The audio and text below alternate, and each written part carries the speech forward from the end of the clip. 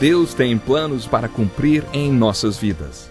Essa é a mensagem de toda a Bíblia e é isso mesmo que estamos estudando aqui no Encontro com a Palavra, escrito pelo pastor Dick Woodward e narrado pelo pastor Edson Bruno. Fique atento a mais um programa que o Ministério Cooperativo Internacional leva a você. Com você agora, pastor Edson Bruno.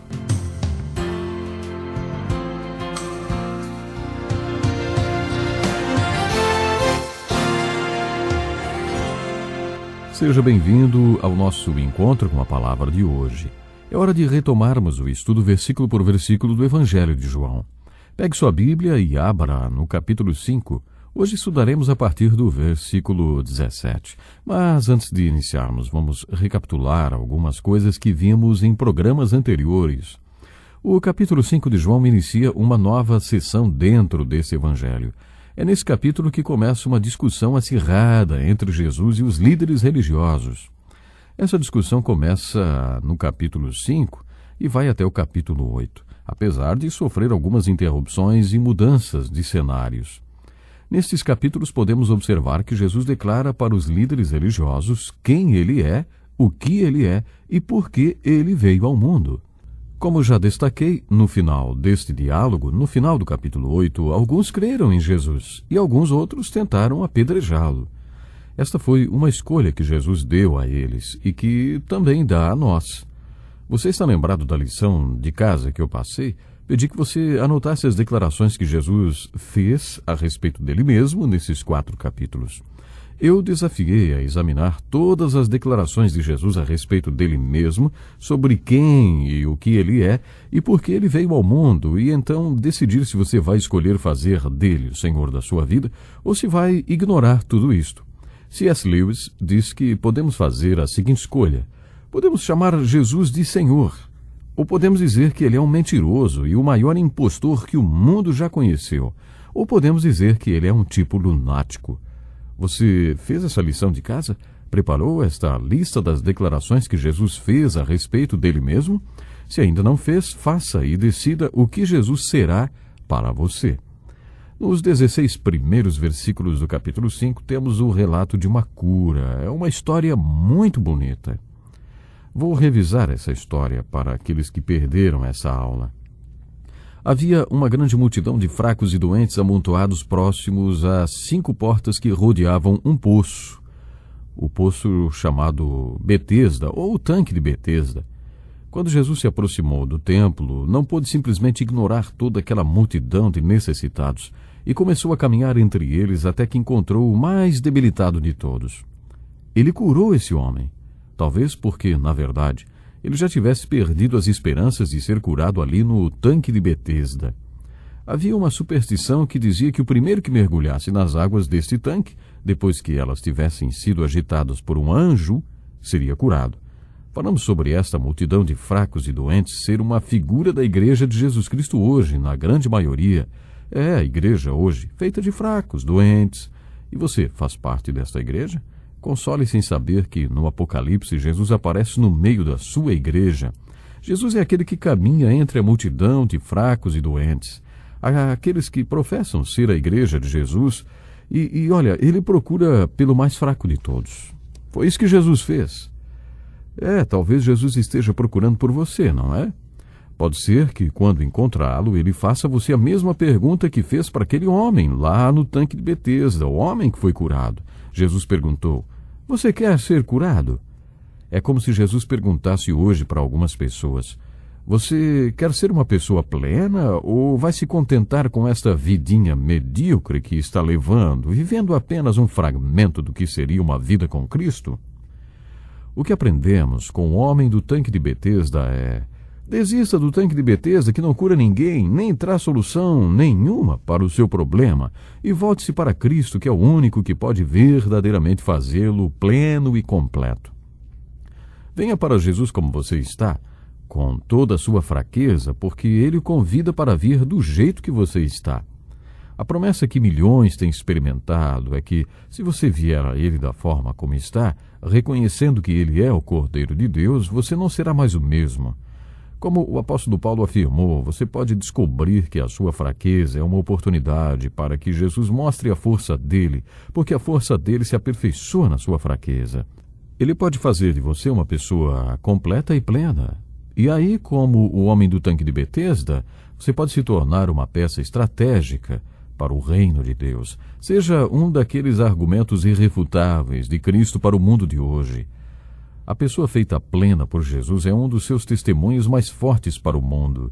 A maior evidência de quem Deus é o ser humano em quem Deus fez uma obra grande, tão grande que o mundo simplesmente não consegue negar. Vimos que esse homem se tornou o pivô da acirrada discussão entre Jesus e os líderes religiosos, que durou do capítulo 5 até o capítulo 8. Observe todas as declarações que Jesus fez durante esse diálogo. A partir do versículo 17, lemos o seguinte: Disse-lhes Jesus: Meu Pai continua trabalhando até hoje, e eu também estou trabalhando. Por essa razão, os judeus mais ainda queriam matá-lo, pois não somente estava violando o sábado, mas também estava dizendo que Deus era o seu próprio Pai, igualando-se a Deus.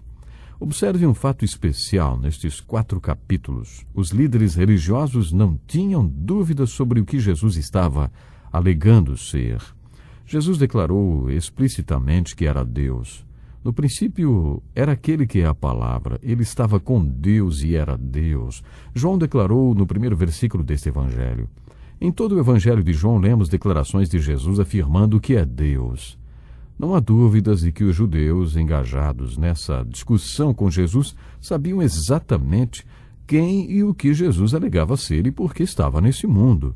O texto de João conta que, por essa razão, os judeus mais ainda queriam matá-lo, pois não somente estava violando o sábado, mas também estava dizendo que Deus era seu próprio Pai, igualando-se a Deus. Só que eles esqueceram de um detalhe na declaração que Jesus fez no versículo 17. Jesus realmente chamou Deus de seu Pai e fez mais do que se igualar a Deus. Jesus declarou: Meu Pai continua trabalhando até hoje e eu também estou trabalhando. Jesus se igualou a Deus? Bom, sim, mas não apenas porque chamou Deus de Pai, ou Deus de seu Pai. Pense um pouco comigo. Que tipo de argumentação você usaria se quisesse provar que alguém que se alegava ser Deus estava mentindo? O primeiro argumento poderia ser: você pode fazer o que Deus faz? Deus criou os céus e a terra, e você pode fazer isto? Os primeiros versículos do Evangelho de João afirmam que Jesus pôde. Ele foi o Criador de tudo e sem ele nada do que foi feito poderia existir. Outro argumento seria: você pode fazer as obras que Deus faz? Esta foi a primeira declaração de Jesus. Meu Pai continua trabalhando até hoje e eu também estou trabalhando. No versículo 19, Jesus afirmou. Jesus lhes deu esta resposta, assim está escrito: Eu lhes digo verdadeiramente que o Filho não pode fazer nada de si mesmo. Só pode fazer o que vê o Pai fazer, porque o que o Pai faz, o Filho também faz. Tudo que Deus faz, Jesus também pode fazer. No versículo 20, Jesus continua com as declarações.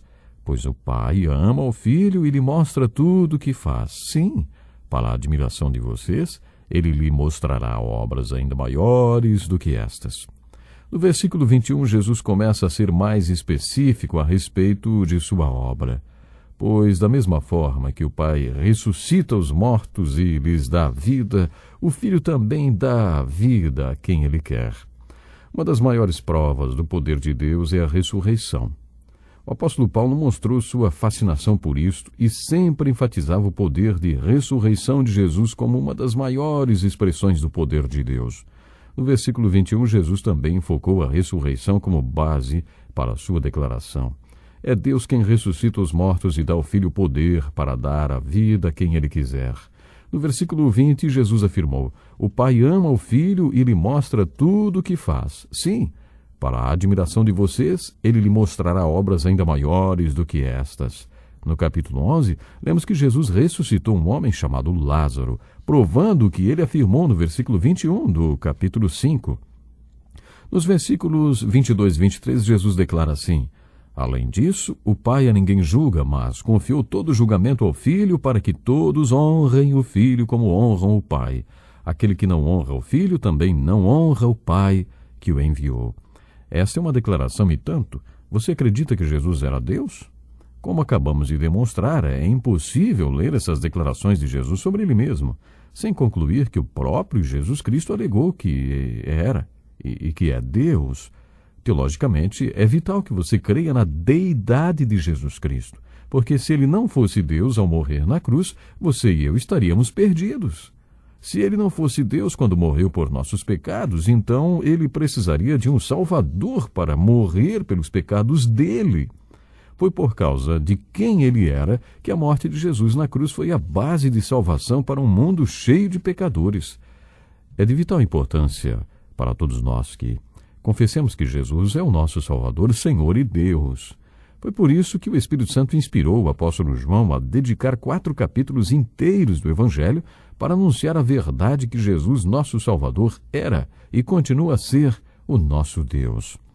Jesus foi explícito ao afirmar que seu objetivo ao escrever este Evangelho foi que seus leitores pudessem crer e ter a vida eterna. Com este objetivo, João registrou esta discussão de Jesus com os líderes religiosos.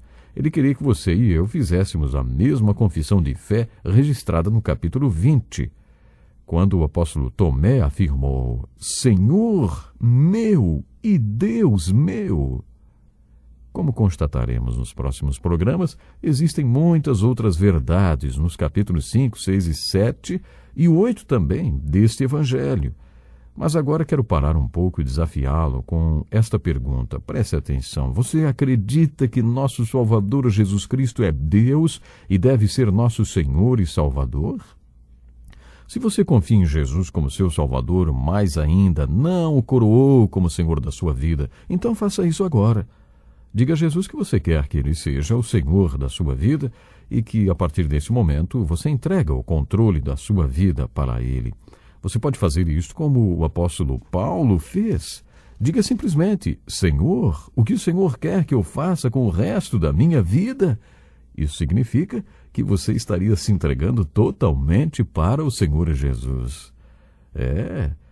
O grande Paulo, antigamente chamado Saulo, quando ele se entregou para o Senhor, ele fez essa pergunta: Senhor, o que o Senhor quer que eu faça com o resto da minha vida? Estava pronto para depositar tudo para o Senhor Jesus. Entregando-se completamente para o Mestre. Nos próximos programas continuaremos a estudar em detalhes as verdades contidas no Evangelho de João.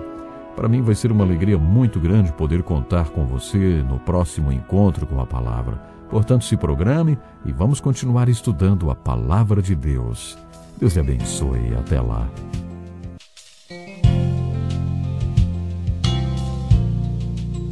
Que lição importantíssima. Obrigado, pastor Edson Bruno. Prezado ouvinte, coloque em prática o que você ouviu aqui. Sem dúvida, sua vida será grandemente abençoada. Este é um estudo escrito pelo Dr. Dick Woodward, na voz do pastor Edson Bruno. Escreva-nos e solicite o material. Nosso endereço é Encontro com a Palavra, Caixa Postal 2011, CEP 89201-970, Joinville, Santa Catarina. Até o nosso próximo encontro com a Palavra.